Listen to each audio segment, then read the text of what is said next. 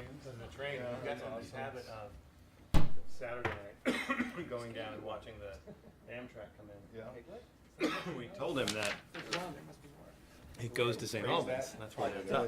Yeah. And then he put two and two together and realized the model railroad thing was in St. Albans. And now he's just like, I want to go to St. Albans. Yeah. That's all he There wants you to go. do. Why don't you take them up to St. Albans some morning and ride them down to here? So we're gonna do either that or we're gonna get like June 21st-ish solstice, take it Essex to St. Albans and then drive the car back. So either way, he's gonna get the experience. I think that was a good move. My grandfather, my dad, and my brother all worked on the railroad, so I went on the train. I mean, it's all on the During summer vacation, I used to go there. governance subcommittees page on the website if you look at their materials, but like you gotta go do your homework. Right. No. I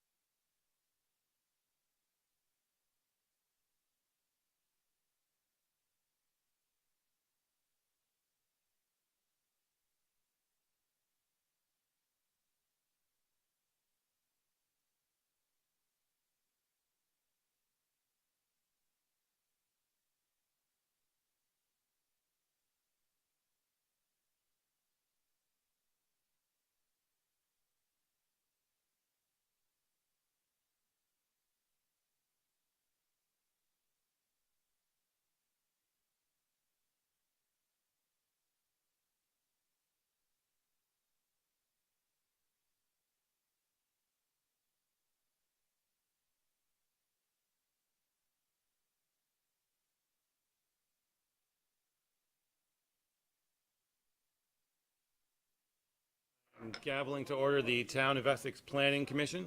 Whoop, oh, sorry. We don't have to swear in on this meeting, right? No. Okay, 6:30. I'm gaveling in the Town of Essex Planning Commission meeting for March 28th. Our agenda is light and interesting this evening. So we'll start with amendments to the agenda. Did everyone get the current copy that the consent agenda has been rescheduled? You all have that copy in front of you? Yep. That's usually where we talk about, we do some public comments, so we can move right to public comments on anything that is not on the agenda to be discussed. So this is something that's not already on the agenda that we'll attend to later. Yes? And you could state your name. And no testimony, so we don't need to. Hillside Circle in Essex Town. We're Essex, we're a whole Essex Junction, actually, Essex Town.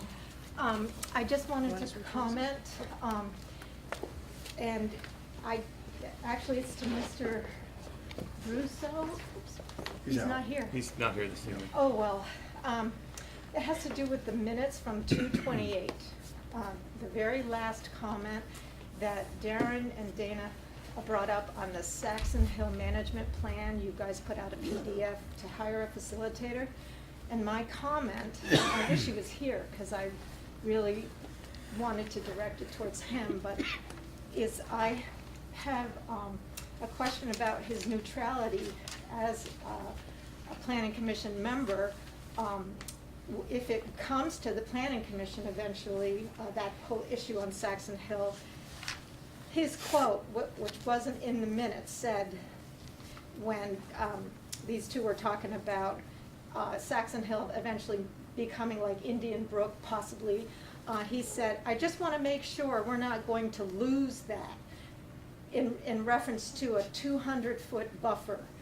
He was stating his opinion that he was against a 200-foot buffer that is going to maintain, is that going to maintain the existing management plan, or is that going to be wrapped into this? And then his quote was, I just want to make sure we're not going to lose that because it's a pretty hot topic over the years. The whole thing has been. And my question is, how can you regulate as a planning commission board and as administrative and become a hybrid when you have a biased opinion like that coming from the planning commission? That's my question. Thank you. I can feel that. Okay. It's two different projects, like the hybrid that you just referred to is for the Essex Town Center project. That's the code we're working on now. The 200-foot buffer in Saxon Hill, the RPDI zoning district, has been there forever. It's pretty sacrosanct, and I don't think there's anything that's going to change about that as we do the plan. Mr. Villeneuve that lives on that road just has one comment. He stopped me when I was running and he said there's so many piles of dog waste all along Saxon Hill Road. That's how many people use it. And I promised him when I ran this morning that I would bring it up. I know you guys will say go to the park and rec department, but I want to tell you guys, because we should all work as a team, the rec department, you guys, and the select board on the Saxon Hill issue eventually. So that's all I want to say about it. I will bring that to the attention of the Parks and Rec Department. Oh, thank you. That's my 2 cents. Okay, thank you. So Dana, if, in the management plan though, there's probably it'd be good to have some little baggies and dog poop container for it, like Saxon Hill does.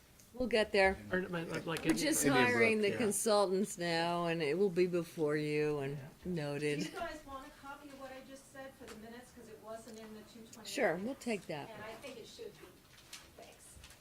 Thank I will also add that if there's complaints about dogs pooping in the town right-of-ways, you should call the police department. But, We just need a receptacle like every other park. okay, They need a waste receptacle. just as more educational, though, Yeah. they would need some, evidence of. Okay, I'll tell Neil when I see him next. Thank you. Are there any other public comments which are not germane or pertinent to the agenda items? Moving on then to the main event, summary of issues to date, the bike rack in the Essex Town Center. And staff, what do you have for us? So you have before you the bike rack to date, which is a list of all of the issues that we've talked about in the ETC project, and in particular things that the planning commission or the staff or the consultants have identified that either need further research or that we need to resolve and keep in mind as we go forward with the project. So we did go through this a while back, close to it's like October, and sort of checked off some of the boxes and made sure that we'd resolved some of those issues and brought them before you. One thing that we haven't actually fully resolved yet are the zoning district boundaries. So the version that you have in front of you, item number 4, item number 4, number 6, and maybe some of the other ones. We still have yet to identify where those zoning district boundaries will be. We can discuss that tonight, but we'll also bring it up when we actually start doing the review of the regulations. So the items, those items in green are resolved. The items in orange are ones that have been identified and that staff have suggested resolutions to, but want to run by you or discuss further. So with that, we can run through them, or we can have you guys ask questions of any of them, or however you want to proceed. I'd just like to add that Jeff and Don Lyon are here. They've been very patient about their comments on the plan and issues surrounding their property and the boundary line district that affects them there. So this is your night. Yeah. But let's. Well, Hold off on that for a second to see what the pleasure of the put that commission out is. there. So commissioners, where would you like to start, item by item, or anything particular we want to dig into? Or would we like to hear the testimony on the boundary issue again? I'd like to hear about Jeff's Right. comments. I would too. Floor is yours, sir. Just remember to restate your name for the record.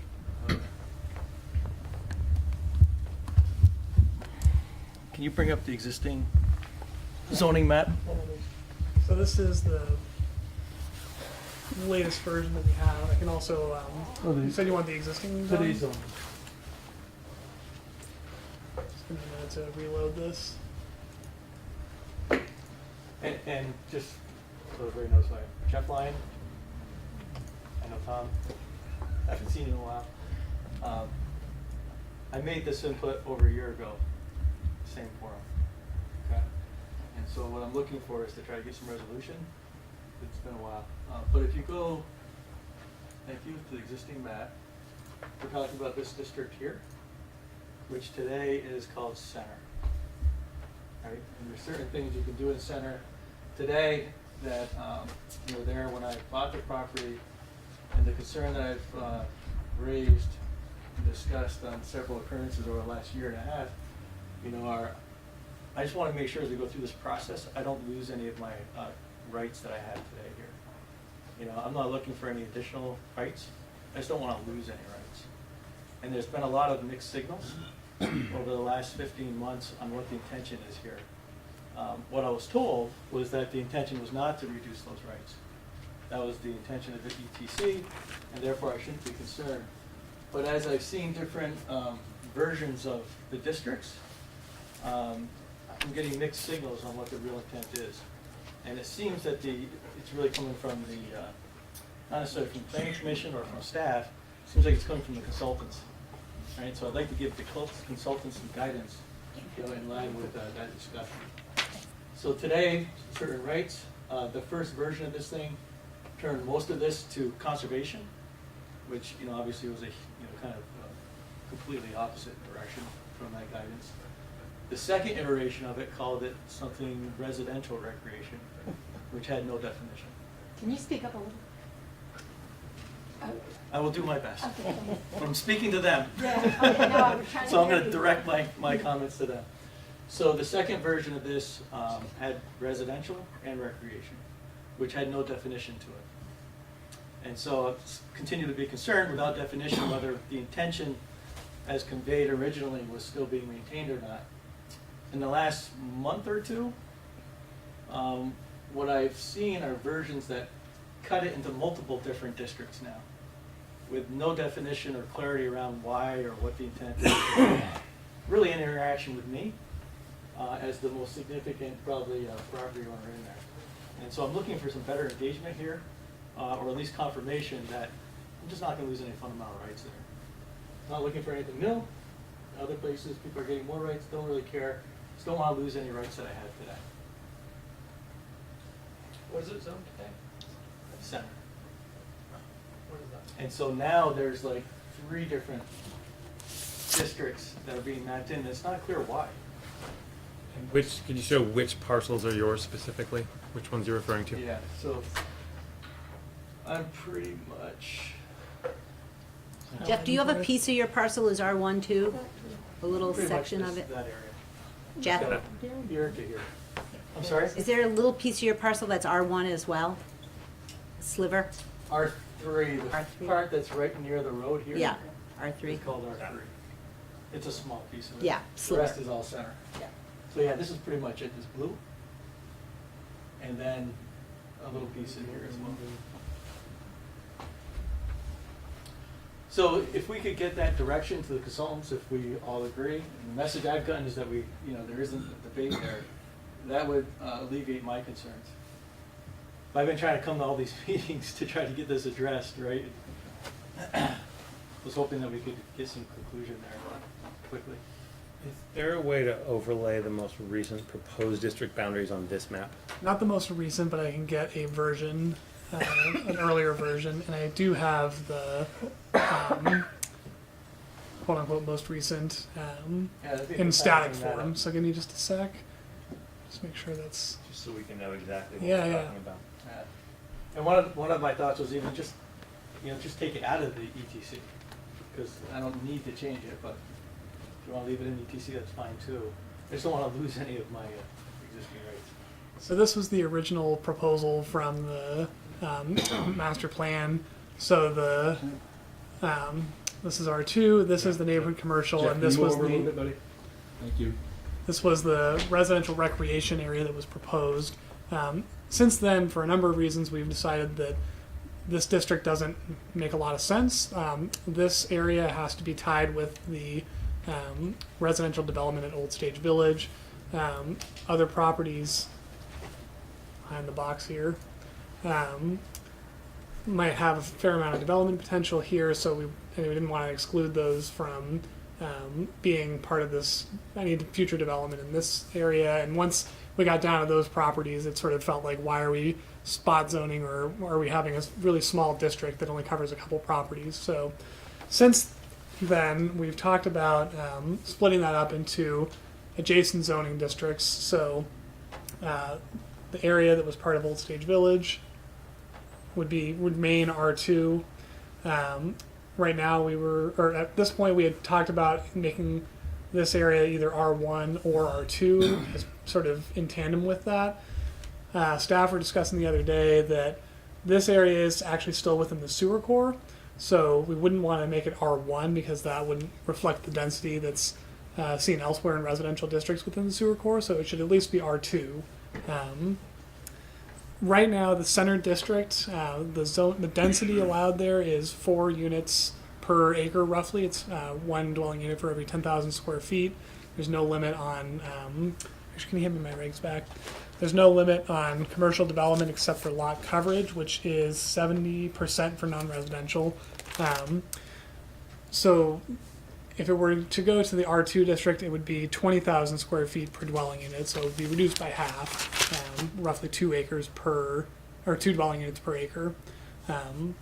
So the other thing that staff were talking about recently is if this area is ever to have a state designation, so either a village center, downtown, or neighborhood development area designation, a lot of the area around here could be included in that as part of a dense development scheme, or at least part of this area sort of growing in a compact way, and misaligning the zoning too much might cause some issues down the road. So we're not entirely sure how to handle it yet. One option would be keep it R2 or turn it into R2, which would reduce the density. Could try and make it part of the neighborhood commercial district, which would make this expand all the way out to the edge of the sewer core here along Towers Road and Clover Drive. Other options could be explored, but the adjacent districts around it are R2, R1, R2, and then this neighborhood commercial, which has yet to be, we don't really know exactly what the density and the zoning requirements are. We are starting to work on that, but so we wanted to present those options to you.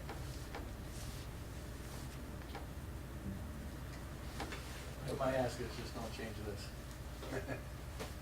Well, I think maybe an interesting thing we could do moving forward is, and I don't think this is ready this evening necessarily, but have sort of comparative, here's what the zoning for this place allows, permits, conditions now versus what that change would be, as sort of and not just for that particular parcel for Mr. Lyon, but just a general idea so people can say, okay, here's what it is now, here's what it would look like later, just so there can be an informed decision on people's parts and no real surprises, like, oh, okay, this is what they said this kind of zoning would do.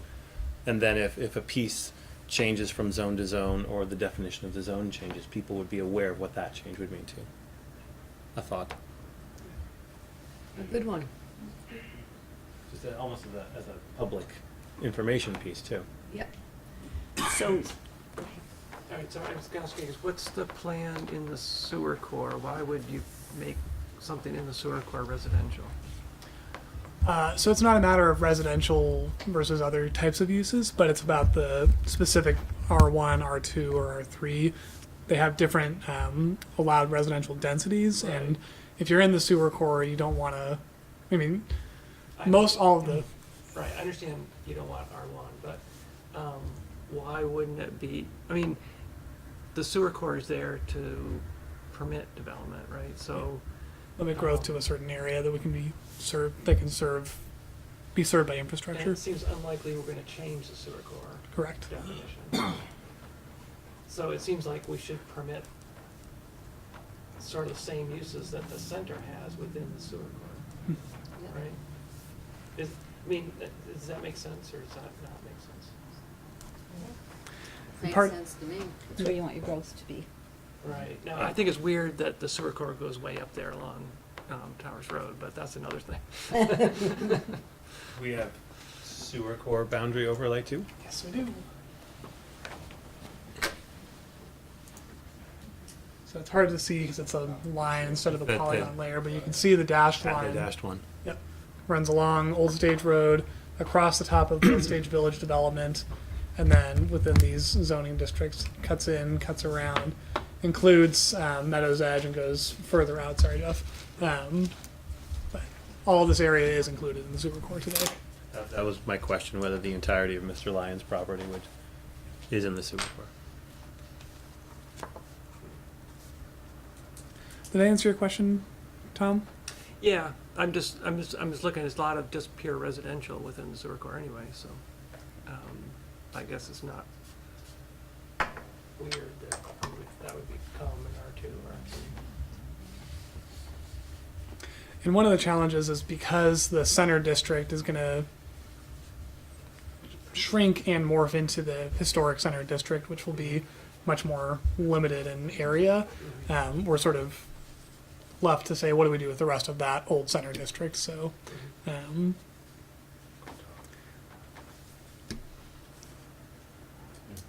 think once we have a mock-up of what those district standards will look like, Right. it might be easier to sort of figure out where some of these properties and areas fit.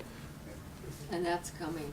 Right, that's why I said, I realized tonight is not something you'd have it on hand, but that seems like the thing to do. And something that we can certainly consider as we're drafting these standards and trying to fit them into different places. Mr. Lyon, does that go at least a ways to answering your question? What do you think, Dana? I think you need to stay tuned. And, because we have some adjustments to make, but I think we may be headed in the right direction.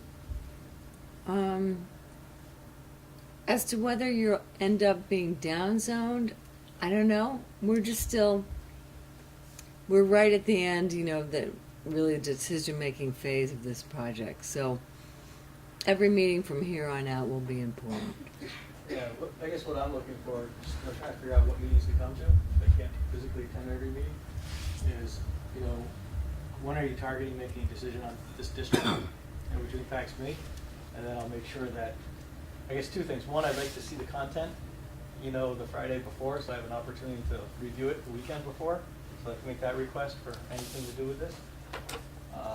And then two, to know when we're gonna make the, you know, have the discussion and make the decision, so I can make sure I'm at the, you know, at that meeting. I can tell you it's usually the fourth Thursday of the month that we have meetings focused on the zoning process. Okay. So which, the only question I would ask then is which month should we target for this? Right. That So I I can can't. plan accordingly. Of course. Right? Can't tell you that necessarily.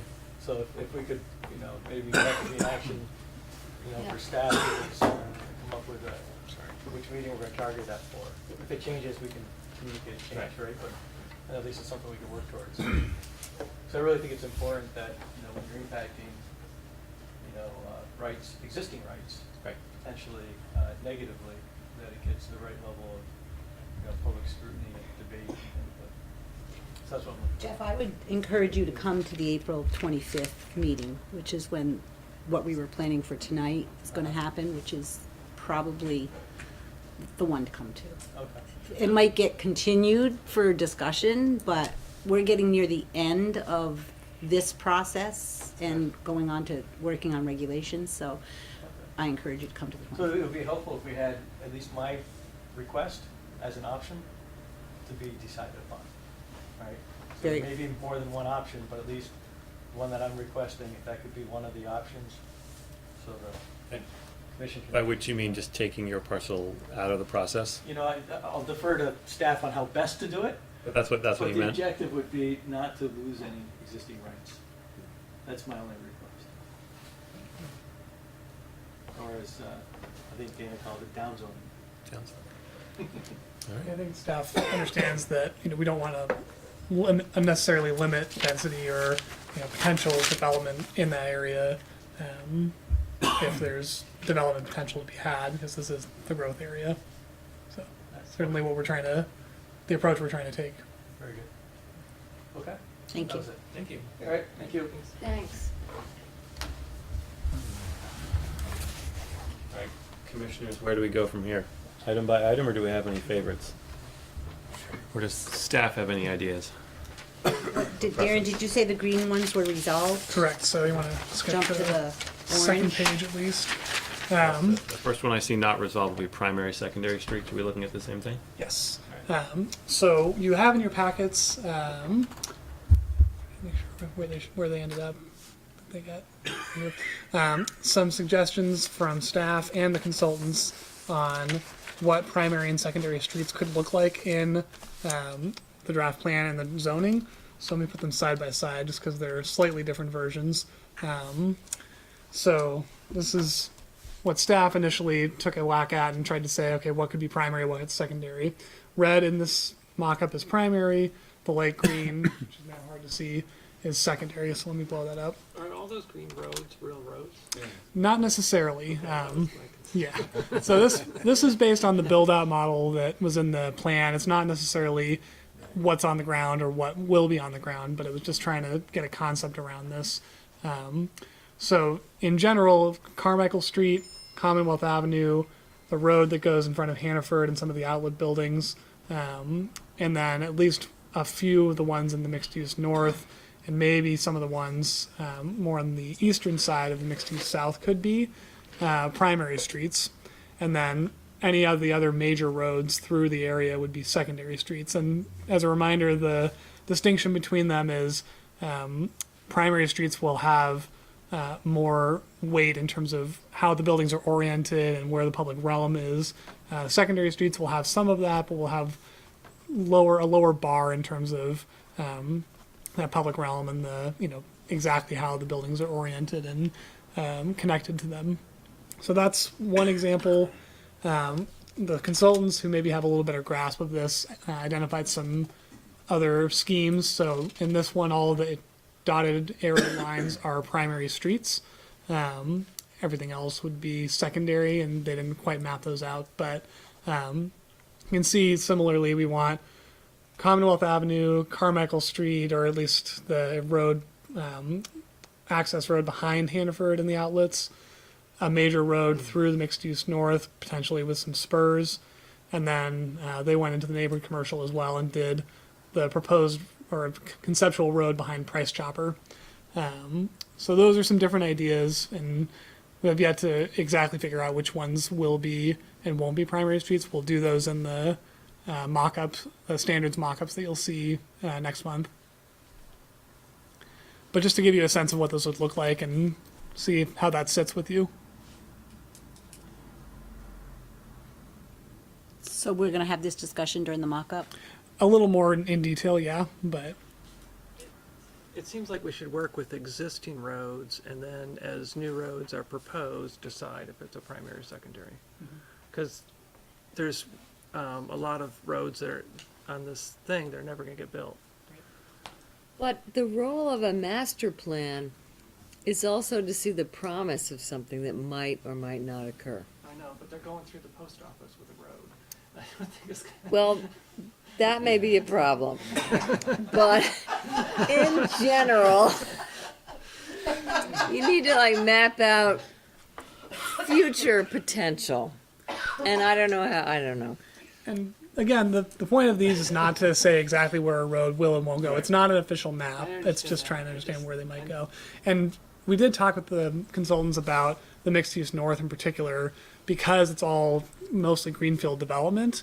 It would really benefit from having some forethought as to where those roads go and making sure that the development potential is maximized, understanding where public infrastructure like water and sewer are going to go, and trying to at least pin that down a little bit. So one thing we've talked about in the regulations for that district would be there shall be a primary street within 150 feet of Route 15 or something to that effect, so that there's at least something there, and it has to be accommodated in the development that's proposed. But it's flexible as to exactly where it lies, depending on what the proposal is.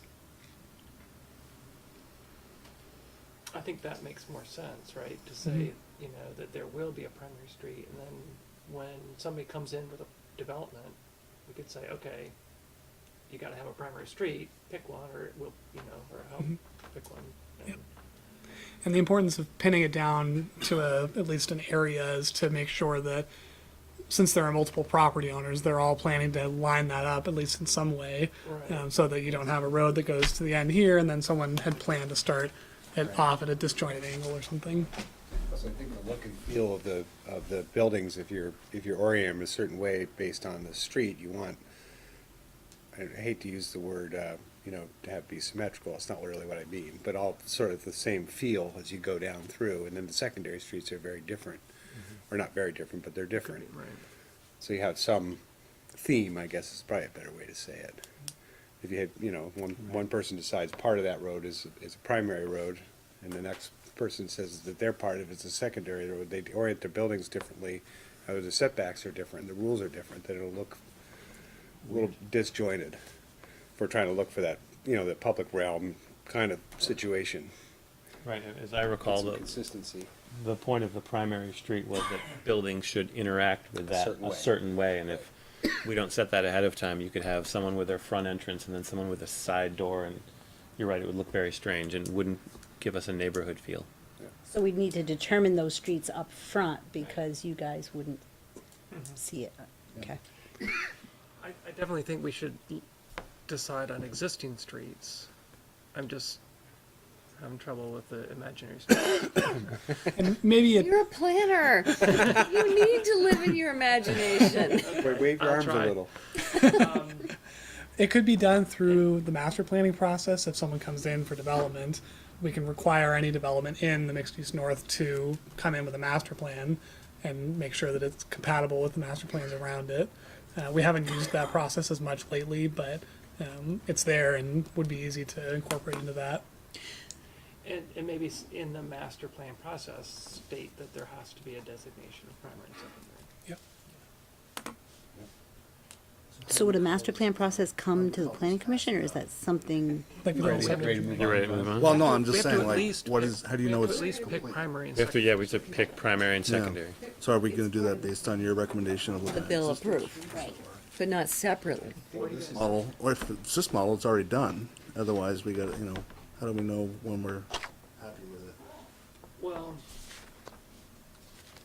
okay, so the other issue I have with this is the access road behind Hannaford's is a primary street. Yeah, it doesn't, and seeing with Mike, how things are on the ground right now, eyes, that doesn't make any sense to me.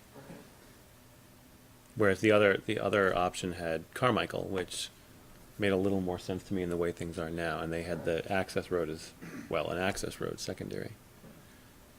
But that's also not being very imaginative of me.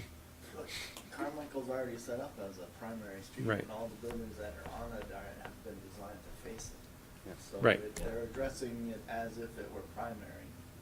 And it would seem odd to me to turn that around at this point.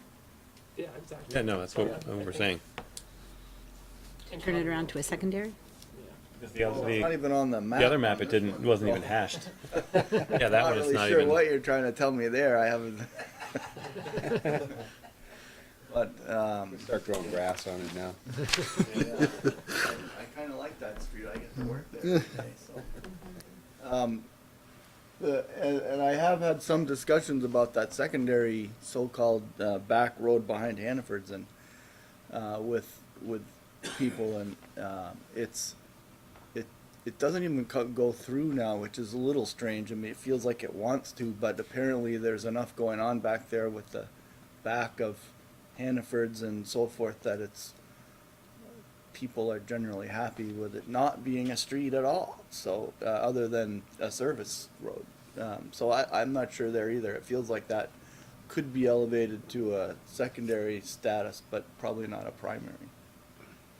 The other thing that's not in these maps and not even really in the plan very much is the possibility of having an alley street type, so not a primary or secondary, but something else entirely, for things like service roads or pickup lanes or something like that.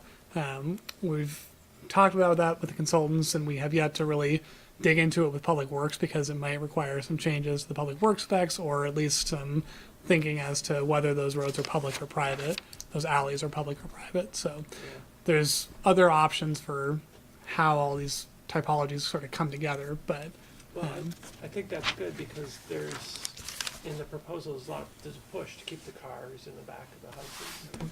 So alley facilitates that, right? So in true fashion, as you go behind Hannaford's, you have, the trailer bodies parked that are unloading. You have the trash compactors. You have a lot of stuff that doesn't want to be anywhere near a primary or even a secondary experience. it's awesome either. Yeah, so it's definitely alley activity at this point, and you may need to allow for that, but you also, if you want to change that somehow, maybe there's some beautification activity that should go with it. That would almost be a point where you make part of it one direction only for service back there. Well, it's just odd because it comes out onto Billy Yeah. so perfectly that you're like, there's only 50 feet of grass in the way. I mean that could go right through there and be perfect, and Is there a Yeah. stormwater pond there, or there's some reason why it's not There's- going through? Stormwater pond, I think Public Works had said that trying to make it intersect with Billy Butler would cause some intersection conflicts that they're not comfortable with at this time, but in future development, some of those intersections might change, or as you say, it might work as a one-way instead of a two-way.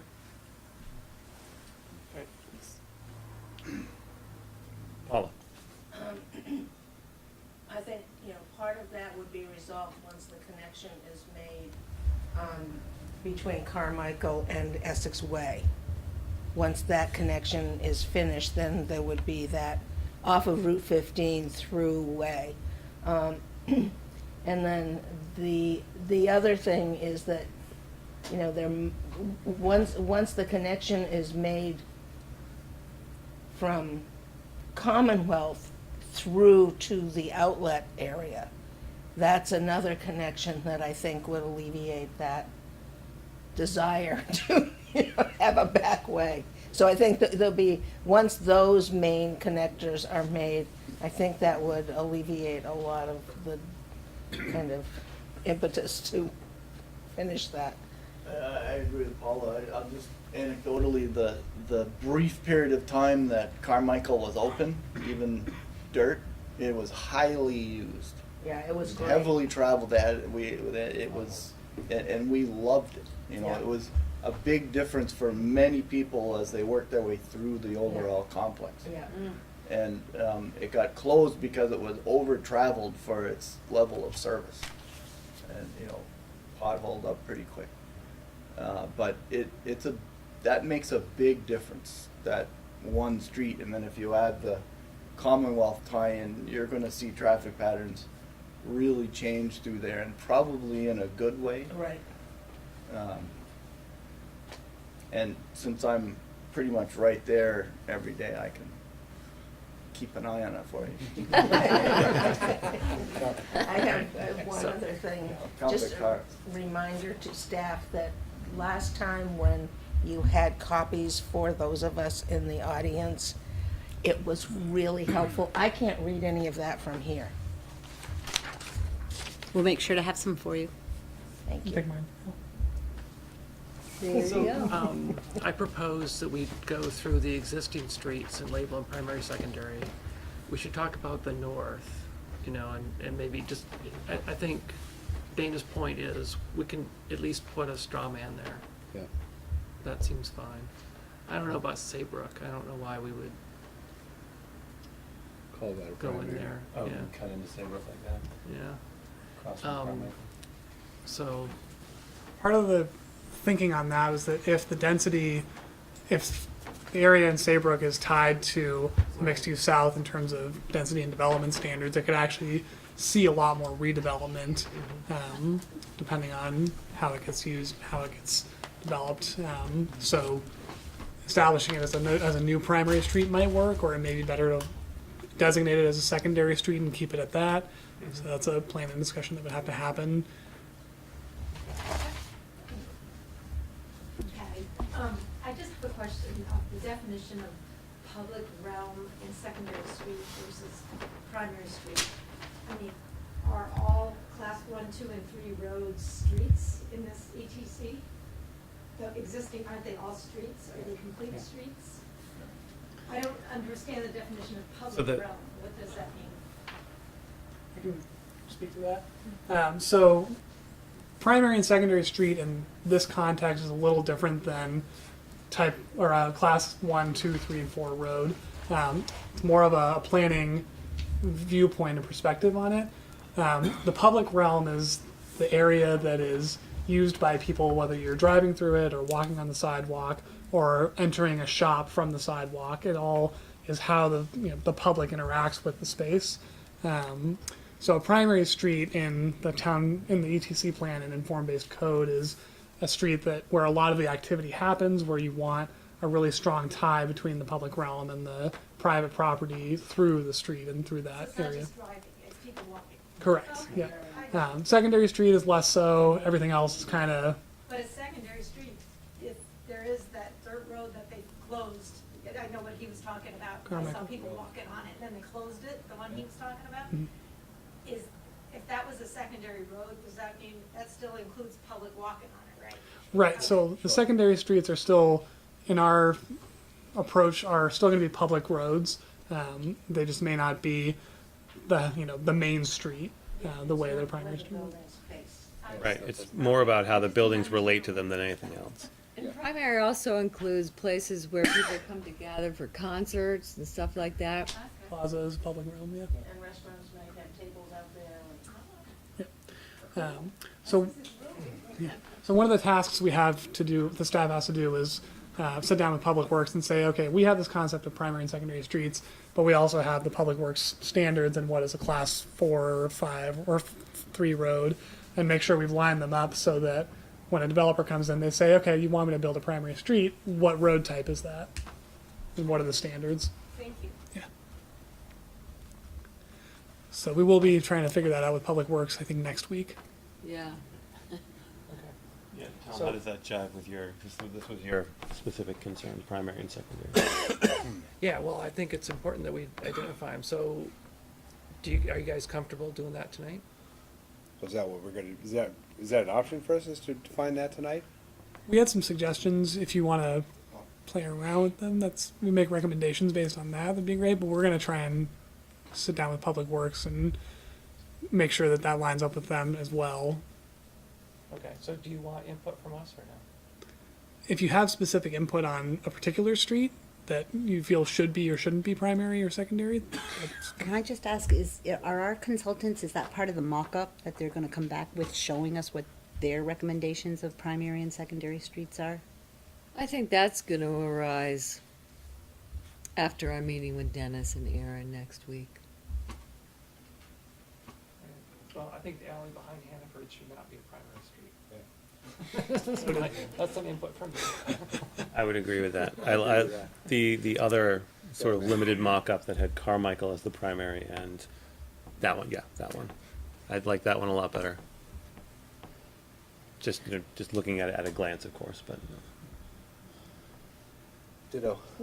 And sort of a straw poll, do we prefer this one or the other one? This one. This one. I like, What is this one? Is that? this one being this one right here, as, What is this? How do you define yeah. it? So Darren one versus consultant one? Staff version. How's that? That's a little Not to soft. put a too fine point on it. Yeah, I prefer this one, staff. Perfect. back to the bike rack. Yeah, Can we just take 1 second? I have to change the batteries. sure. Recess.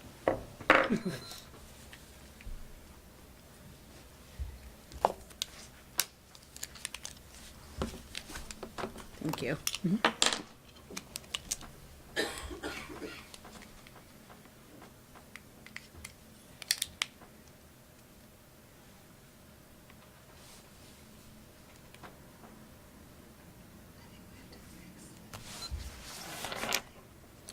March 28th, Part 2.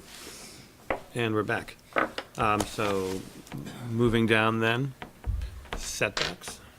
This was everyone's concern, so I assume, Yeah. staff, you've got some information. So nothing official yet, but I've had some informal conversations with at least Dave Sheeran. I don't know. I haven't talked to Charlie yet, but about specifically fire code and safety code concerns with zero side setbacks. Sounds like this won't actually be too much of an issue because state building code and fire code will sort of have a lot to say about it anyway. We can allow it, but there will be extra requirements such as fire doors and walls for shared party walls. And then as far as access, a lot of the buildings in this area will be sprinklered anyway, so that allows them to have some flexibility in terms of access. Another part of that conversation is, if there are alleys, such as the one behind Hannaford and the outlets, that might provide a little extra access to some of those properties that allows for the buildings to be closer together in some spots. So we're going to try and do some more research with the fire department on that, but it sounds like that won't be too much of an issue. One of the issues you may or may not have, depending on how close your buildings are and all, is you're probably gonna need to talk to the fire department to make sure they have the equipment for the reach over top. If the mass is too big, they can't get into the center parts of it. So we may They'll have to borrow have- the village ladder. but it's a good point, Ned. So Put that on the list. It's come up from different areas. yeah, but another example of that is Autumn Harp on Thompson Drive. They had those connectors, and fire department was concerned about being able to get through. So making sure there's at least access through some buildings if they need to, if it's a big long stretch. So, 30 feet is generally considered the spacing, amount of space required between buildings before you start getting into ratings and doing something special. So, Face to face of building? yeah, there's a whole section in the code about drawing imaginary lines and, you know, if you have to be certain distance away from the potential of another building. It is well regulated, there's no question about that. And you can go right to your lot line. You know, there are plenty of places that have a 0 lot line and you can build right up to it, but it's, you know, if you know that there's the potential for another structure to be on the other side of that 0, then it affects the design and construction. So my understanding from Dave Sheeran was that we don't necessarily have to put that in our regulations. They'll be covered by fire code to some extent, but it'd be good for us to consider that when we're allowing something, what the implications might be. So for our purposes tonight, that's just more keep it in Update. consideration, update? Yeah. Okay. Same with the next one. We don't have much to say about stormwater and parking in regards to lot coverage. It's not something we've dug into yet, but we'll bring it up with Public Works eventually, and it will also become clearer when we start having parking standards in the mock-ups. I'm sorry, when you say parking standards, you mean, is it to reduce the required amount of parking? Yeah, the balance of parking versus area for stormwater. If there's underground parking, does that limit your capacity to have underground stormwater retention and sort of the interplay between those? And sort of in line with that, are there stormwater options that can be shared between properties, sort of like the stormwater ponds that are there? Does that rise to the level of having a stormwater utility? That's much more of a Public Works question, and whether they want to start that and take that on, or whether it's more of a partnership between different landowners. So likewise for special assessment improvement districts, just more of an informational piece this evening? Yeah, and we've talked about the water and sewer updates, so those kind of cover a lot of the infrastructure issues in those arenas. Haven't gotten to stormwater parking, and we also have sort of on the back burner in the town a sidewalk impact fee. It hasn't been accepted or adopted yet, but it's out there, and we do have a sidewalk plan trying to improve connections with existing sidewalks and update the ones that are there. So that's actually come up recently for the select, or will be coming up with the select board soon. So stay tuned for that. Just a question for you. Some of these areas, we're looking at an awful lot of ground coverage for parking and for buildings. Have you discussed at all any kind of, rainwater harvesting or reuse to capture that and reuse some of that water? Because you're going to have a lot of runoff if you just have parking lots. In buildings, yeah. So the state does a lot with stormwater regulation, as you know. So any development that's in here is going to have to do something with it. It's probably going to be underground storage for the most part, or swales if they have if they're there to use. But if they can show that they're doing that, I don't know if the state stormwater regulations allow them to count rainwater capture and reuse. But it's a little outside of our control, I think. So the next one, official map, is that in some ways a restatement of the boundary issues we were talking about earlier? A little bit. I think this came up more in the context of recreation planning, trying to figure out are there specific spots that we want to have a park or a plaza or a trail or a multi-use path. So, but the official map could be useful for a lot of things, particularly in the MixedUse North. We haven't really gone down that path of seeing what it would take to get that, just because we don't have any other official maps in town to that extent. And it would take a little regulatory process to get there, right? Yeah, I would say that forming an official map is a big deal. It is laying out and codifying all of the trails and all of the roads, and it's a big process with the select board, and it's not envisioned as being part of this plan. probably, or maybe after this plan, but it's a big deal. So it's something to consider, but not as part of this. Should this go on the zoning reg list and not the bike rack? Yeah. Yeah, sort of what I meant. So that's where the next two are gonna go to. Right, because I was going to say that seems to connect to Tom's next two of trails. And so we know that the rec needs assessment will be updated within the next couple of years, and eventually we'll have to do updates to the town plan in 2024 and hopefully update the trails. Ongoing effort, but for now we'll probably just have to say further study will, shed light on that, and that anything in the town plan or the rec needs assessment should be accommodated. That's the placeholder we can put in the regulations to make sure that whatever we do plan gets in there.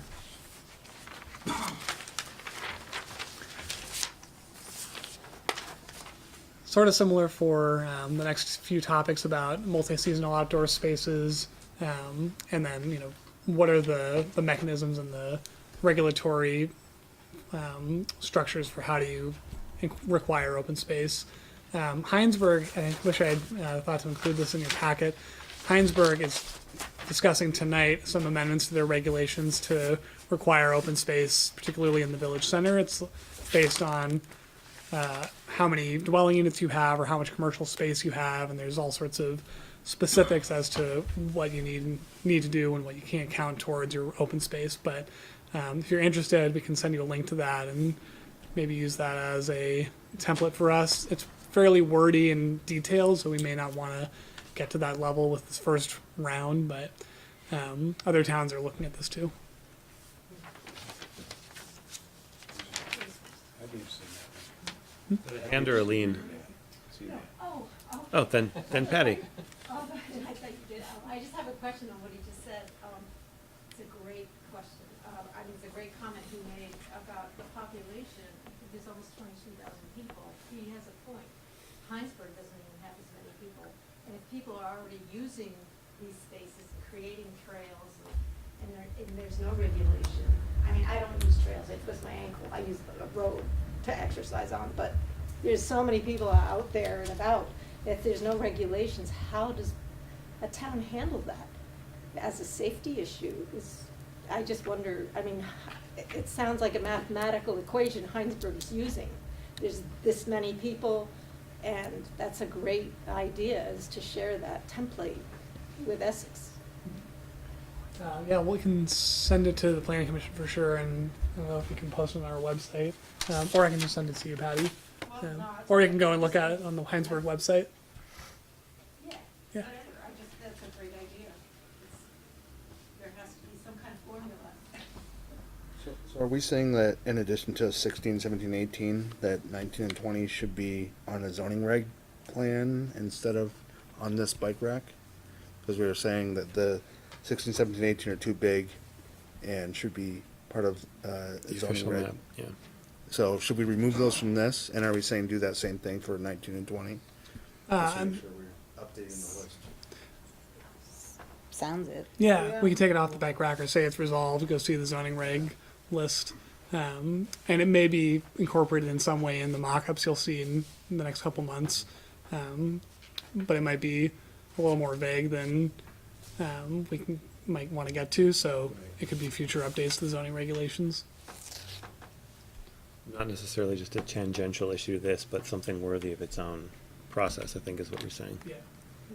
So resolved as far as the bike rack goes, Yeah. but not resolved in actual. Yeah, we plan. don't have to even say it's resolved, it's Or just like been transferred to. A much larger bike rack. Yeah. The bike rack was upzoned. It would be So more what like number are this we all on? the time. Now we're on 21 and 22. So it's 21 specifically, this one's always been kind of interesting to me. That's a larger question generally about discretionary administration and how much we want to be in this sort of deliberative session versus administrative. Yeah. So I find that one really interesting, and when we took the survey, I definitely leaned more towards the administrative for a lot of stuff. But I'm only one person. And as far as open space and scenic views and some of those topics that were on the bike rack here, consultants recommended defining those views and how you want buildings to respond to them, and let staff do the administrative work of does it meet that standard. But however the planning commission feels it needs to do that to regulate it properly, it just makes it easier, because it can be a little subjective, and it can be hard to meet that standard from a developer's perspective. If you do something similar to what the Scenic Resource District was set up to do within the town center specifically, that might make the process easier than having to think about massing and scale every time a project comes in. What are the thoughts of everybody else on that one? We have the inventory of scenic views Mhm. that covers ETC, right? Yep. So, is there a way to rank those in terms of importance, like, ones that are from a car versus walking or something like that? Idea? The Scenic Resource Protection District does that ranking, but when we did it, it was from walking. But what you're saying is maybe we want to go through the the scenic resources identified for just the town center area and do a similar process, rank them as to And just from a car, from a Yeah, and catalog them and just, say, okay, these are the important views and view sheds, and have those. Who's the walker and how tall?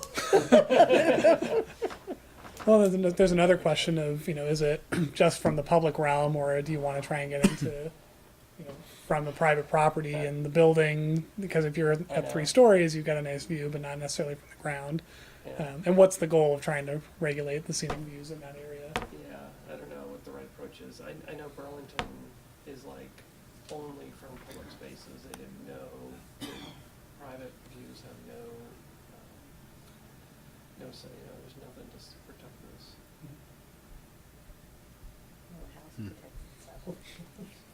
Well, like if you have a nice view from your house, somebody could build a tall house in front of you and there's nothing to do.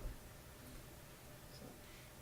Would, Tom, were you thinking that would map in some way to the discretionary versus administrative idea? Like certain views are just administrative no's, and then Yeah. other something views like that. based on the ranking? Okay. I kind of like that idea. So maybe if it has a high rank, it has sort of planning commission jurisdiction and you get to talk about it. Right. But if it doesn't reach a certain threshold, then staff get to administer that. Yeah, something like that. I mean, we need a process, right? Right, So yeah. I like that. It seems like first step is catalog them and rank them. And then that would give us some information of if there's a particular view that we think is sacrosanct, then that shouldn't even be an issue for us to decide. It's just that's administratively, for example. If that's the idea you have, which I kind of like. So maybe that again gets bumped to another tangential project off the bike rack. It's going to be its own thing, and we can try to resolve that with this round of regulations. But it might get a little thorny as far as making sure it all works with densities and forms. But Yeah, we are aiming to have the regulatory portion of this project start at the end of June. That might be a little ambitious, but we need to keep on task. So we need to, inventories and stuff like that can take a while. Good idea. But we are in a time frame here. So is the consensus of the commission then to, as we said, bump that to a different bike rack? So we're all in Or do you want multiple bike racks. Or do you want to keep it on and discuss it again? Yeah, I'd like to at least keep it, because a lot of people are gonna be unhappy if we don't protect trees. No, And just, to sacrifice that for the sake of the schedule is probably not the right approach, I think. So we'll just keep it on the bike rack Keep it for on the now. bike rack. Yeah. Okay. Making a note of Tom's idea about ranking, though. I like that. Maybe you guys could help us in that process. Everett Email really will likes be- walking. be- He's a little short, but he really likes walking around town. Be good to have, all different heights represented. That's right. I put it on my shoulders, let him walk around. He Right. points out birds really well. Brings us to 23, which was one of Dusty's. So this was about a discussion about keeping drive-throughs as an allowed form and other sort of auto-oriented uses. And I think my memory, at least, of that discussion was wanting to make sure that we're not preventing things like gas stations or existing, semi-auto oriented uses from being allowed. At some level, those would be non-conforming uses, but the other point is that there are other places in town where those are allowed, and we don't necessarily want to, have a huge auto-oriented use in the middle of the town center. There might be a place within the town center that works for it, but not, for instance, on a primary street. So the other question is, can some of the forms that are currently auto-oriented, such as drive-through restaurants or drive-through banks, still be accommodated? So can those uses still be accommodated with other forms that aren't auto-oriented? So you can still have a restaurant that doesn't have a drive-through or a bank that doesn't have a drive-through. And so the recommendation from staff and the consultants is to not really allow those specific auto-oriented uses like drive-throughs, just because it's going to, one, require us to make a new form just for that, and two, kind of disrupt the pattern of development that we're looking to see. And are we referring specifically to mixed use north and south, or the entire ETC for that idea? Because I know you say some auto may be okay in the neighborhood commercial. Just because of the way it's tied to Route 15, it might actually work better to have a drive-through to improve circulation there. We don't know; it hasn't really been explored. But again, it's one of those things that if there is an existing one, it could be an existing non-conforming use. It could be conditional use for those ones in that district. There's ways to make sure that it's incorporated. But the other thing, and I don't know if we shared did we share the district purpose statements with you yet? No. Okay, I don't think we did. So one of the things we looked at for the neighborhood commercial was part of the purpose is to ensure that traffic is dealt with in a safe and efficient way.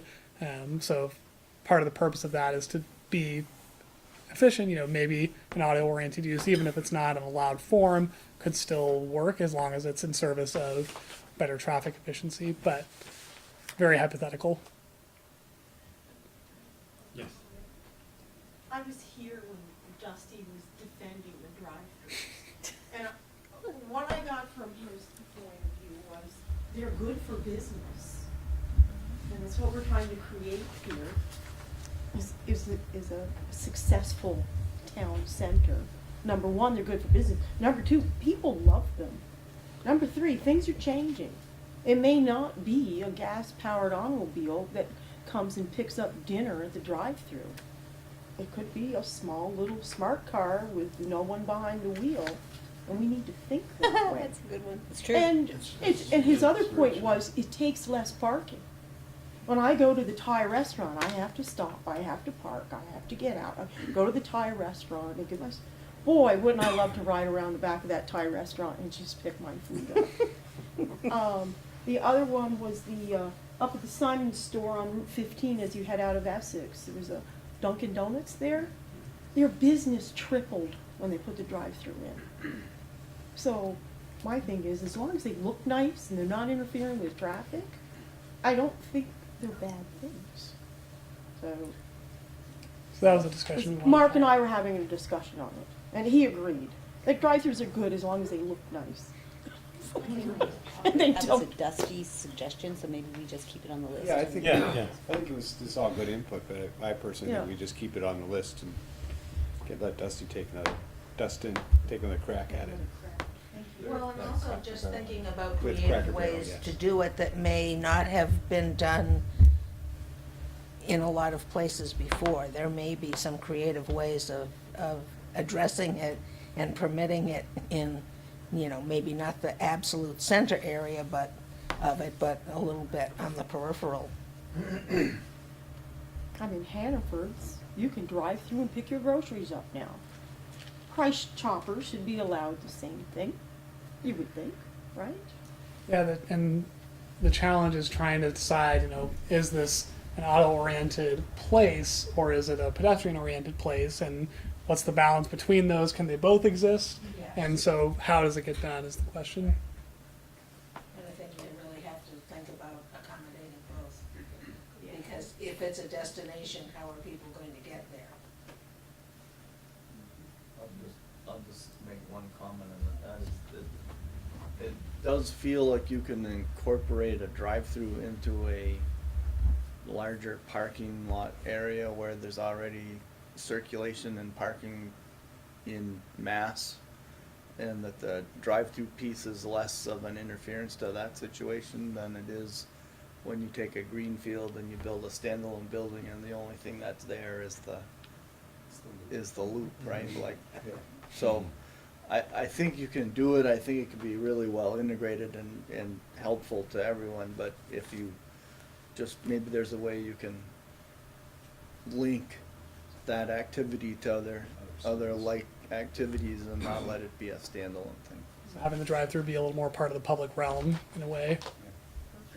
Well, it just takes so much space, like the NBT thing. I mean, that whole corner got taken over by a little building with a lot of pavement. And that doesn't seem quite as in character as, you know, integrating the Hannaford's drive-through, which, you know, how many people, they don't even blink when they go by that. It's just part of the, so. I don't know if it's as easy as yes or no, you can or can't have them. I think there's more to it than that. Keep it on the Well, right and Okay. integrating it with employee parking that's relatively close is another way of doing it, which is what Hanover did, because they have parking over there as well. I think one of the issues you have, if you're trying to develop a viable, small, commercial level up there, how do you do that if nobody gets out of their cars because they just pick stuff up and drive through? Good point. Patty, you've been waiting. Sorry. Speaking from my millennial child, the brain gain is coming. My 26-year-old and all of her friends at dealer Want to move to Essex, and they said that, go ahead and have drive-through, whatever, when people are standing on those things with wheels that are battery operated, and they're riding their bikes, and they're, in Burlington, they have this bike thing where it's on your app, you press a button, you get on a bike and you do your food shopping, or you do what you said, you go to the Hannaford's, pick up your delivery on bike. That's the wave of the future, is Essex is a big place like Burlington, second to Burlington. And then my millennial child says, speak for us millennials, it's our future. So I had to throw that in. Well, that's good to hear. Thank you. That's coming from my millennial child, so, sorry. So, building materials, it looks like we're all sort of, I remember being in agreement on this one last time. Yeah. We're okay with equivalency, no issue there. Discretionary versus administrative, So we're just our eggs, that's good. yep, 25. Yep. So Paula's comments were to take that color test, if I recall correctly. I mean, I can recognize colors. I don't know if I know which ones look nice together, so I don't think I should necessarily, germane to what you said, should be the one reviewing it in a deliberative session. Oh, that red goes really well with this. I mean, I can dress myself. It's about as far as it I goes. can't. That's about as far as it goes. So I'm, again, I said earlier, I'm fine with us setting out a lot of standards, or rather objectives, and then the regulations being tailored such that they're administrative. That's been my basic view throughout in this specific area of town, because that's been our point. But I'd love to hear what everyone else says. I'm sorry, she was at a ditto? Yes, it was a ditto. I was just trying to clarify something in my notes here. Ditto me too. I'm worried about regulating color, because for that reason, we're not designers. Mhm. And I think it's the odds of somebody putting up something that's a monstrosity in terms of color is really slim. I mean, McDonald's. huh? McDonald's. I don't know what that is. But I mean, like this building is probably a big, more of a standout, but it's not bright yellow or bright orange, I don't know. Like I said, we're not designers, so but when we take a stab at colors, there's always gonna be something where it could have been done differently. Is there any reason why you couldn't have some people who have some expertise in the subject themselves when you're putting together the colorways for a particular area? Yeah, I think we can develop a color palette it's generally acceptable, that'll cover, a lot of instances of what people want to do. That's an issue I don't think we need to get too hung up on. So we have a color palette already in the town center so it seems to work fine. I mean, Dunkin' Donuts, if you guys remember, we had Ned come out, because they wanted like fluorescent orange, and Ned, said, yeah, no, let's tone it down, so they brought us some samples. Again, it came out Well, knowing much that duller than what. we toned it down, and then it's faded nicely. But even brand new, it was much softer than what they were proposing. So So we have a palette for buildings or just for signs? I believe it's just for signage, but I'll bring it to show you what it is. It's pretty, there's a generous You don't get a lot of selection. pushback. I mean, it seems like the palette's got a big enough range and stuff. I worry, I can't remember if it was Apollo who said, somebody said if you pick too small a palette, everything just kind of Blah. gets blah. Doesn't Avoid mean the you can't earth add to it. tone. Avoid, Yeah, avoid the earth tones. Yeah, I mean, like some Maybe people it was have a Mark who purple said it. door, and it's like, okay, it's actually fine, but. I Yeah, don't- but Burlington has polka dot houses. Yeah. So, I don't know. And this might be clearer again once we have a mock-up that sort of says here's how that's regulated. And it's not just color, again, it's materials and, roof lines and all that stuff. The concern with materials as they evolve, so you don't want to restrict developers to a material that's going to be outdated in 5 years, We kind of covered that with equivalency. Yeah, we did equivalency. Well, I think the big issue for all of these is not necessarily for us to get lost in particular weeds, but like with this type of zoning, what do we want the end product to be? And then if we are all in say, total agreement architecturally what an end product should look like, then the standards should be such that it's not discretionary. It's like, can we achieve this end product administratively? Then let's do that. And it may not be a lot of regulation on color, say, it may be a lot, but the fact is we want the end product more than quibbling over what shade of red works with this. Don't get lost in design review. Right, we don't want to get lost in design. We know what the sort of general feel should be. And then, this is again my opinion, and administratively we should achieve that so we don't mess it up. So we can. So do you want, well, color is very subjective too. Do you want to keep this on the list, or are you resolved with administrative? I'm okay with putting it administrative, but I'm fine if people still want to keep it on the rack for a while. There was a palette in the package from the consultants, right? Proposed palette. I'm pretty sure they said So that varied was by just district too. the draft. Yeah, that was the first one Right. they came up with. Right. A mock-up. The point is that they wanted to have a palette, right? And you guys want a palette, Yeah. so we need to pick one, right? So let's just bring So on. let's start with that. Keep it on the and list. see what Yeah, we get. until we get the mock-up, we'll hopefully get some clarity on that. And that's the same, I'm gonna say the same thing for the next few items, which bring us to the end. All of these things will have a lot more detail, especially with architecture and form, once we have a mock-up. We're gonna start with the MixedUse North, and try to get that sort of set up with all the details. We may not, we may tweak the numbers of setbacks and, coverages a little bit as we go, but you'll at least see how the district standards will be laid out and outlined, and Right. what, how the regulations will sort of work as you go through them and review a project. And I'm just reminding myself we should get a project to review against those standards for you to work with and get your hands on. Is it Best case, hypothetical? worst case. What was that? Best case and worst case. Right. I like the idea of the comparative too. Here's what would happen if this exact project came in this place under current regs versus what it would look like with this set of zoning, either, and maybe even administrative versus discretionary. That'd be interesting for me. Well, administrative, we wouldn't do a whole lot, would we? You'd see what it looks like. Okay, cool. So you're saying that takes us through That's it basically to the end, yes. Is there any further thoughts from the commission on any of this? I'm feeling pretty good. Items removed, I guess it was Yeah. worthwhile, right? Yeah. It was. Yeah, to your point, that how do we know when we've actually resolved something? And Yep.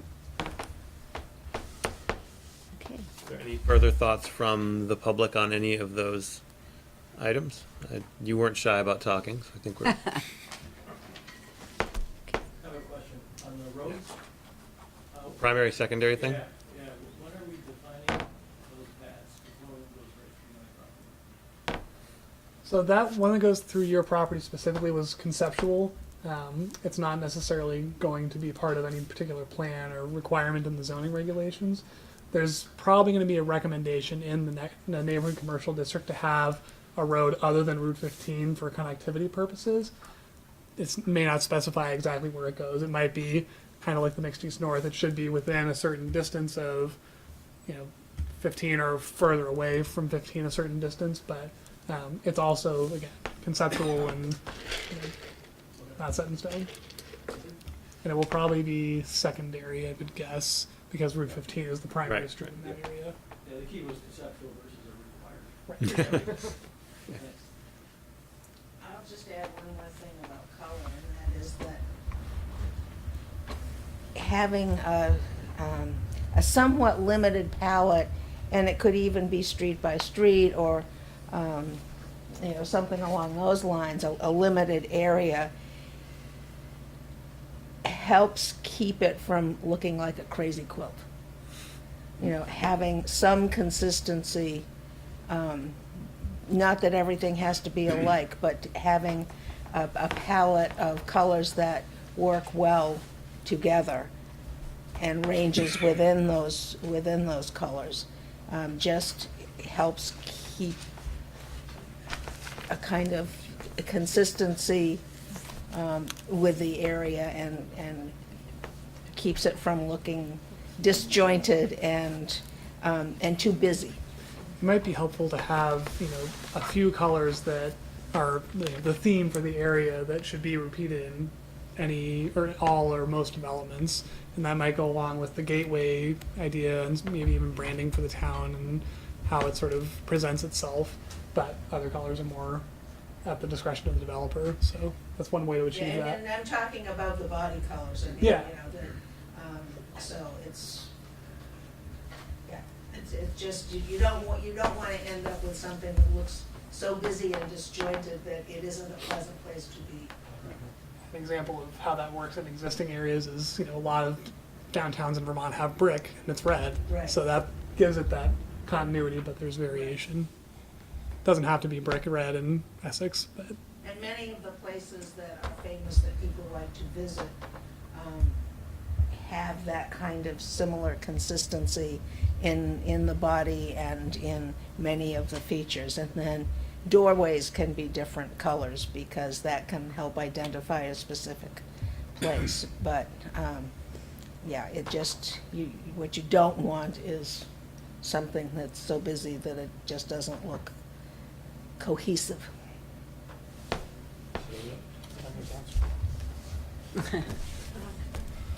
Last thought.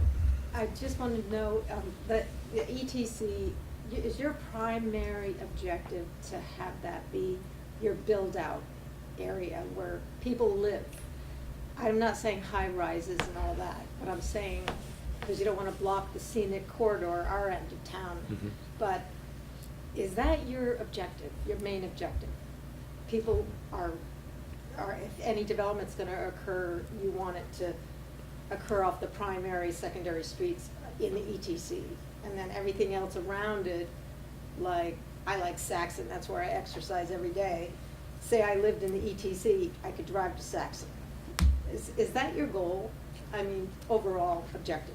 I think what I would say is that's, and open to correction, that's where we want the most dense Okay. development to happen of a particular kind. Not that development elsewhere is off the table necessarily, because those zones will remain unaffected, but this is where a new kind of more dense development of a particular character will happen. And we want to sort of guide that process through a different set of regulations. It's what I've always thought. We do want most of the development in town to happen in these growth center areas rather than scattered throughout the entire town. I'm just curious. Yeah, I only have one follow-up, it has to do with the discussion we had about the sewer core. And just, I keep looking at the map and I'm saying, all right, well, it's green now up there by the Lion property, but that's just because it is. It's also an overlap between the sewer core and some major streets, and that kind of says this is where you want that density to happen. And, you know, it's not on the other side, you can't do it because it's the town forest or something, right? So that'll stay green, but if you're really trying to do what you're saying, which is bring the density to the places where it's set up for it, then it really feels like, you know, that piece wants to continue to be part of the parts that are more dense and follow that sewer core, because that sewer core is special, you know, it really is. The other thing about the sewer core is that that's where, you know, the denser development is allowed to happen, where you're allowed to hook up to sewer. It doesn't mean you're going to get all the allocation you could have. You're not going to necessarily be able to develop because of other issues like wetlands or, you know, things we can't predict. But it helps define where that growth is. So unless there's anything else, we are done with the discussion for this evening. I think we resolved a lot of things and at least decided what's going to happen next in terms of discussion. So let's move on to the minutes. And thank you for all your input, everybody. Answering all our questions. That's why we're here. I will take a motion on the minutes, as I was not here and probably shouldn't make it. We approve the minutes of March 14th. I'll second it. Moved by Tom, seconded by Shu. Are there any corrections or call-outs on the document?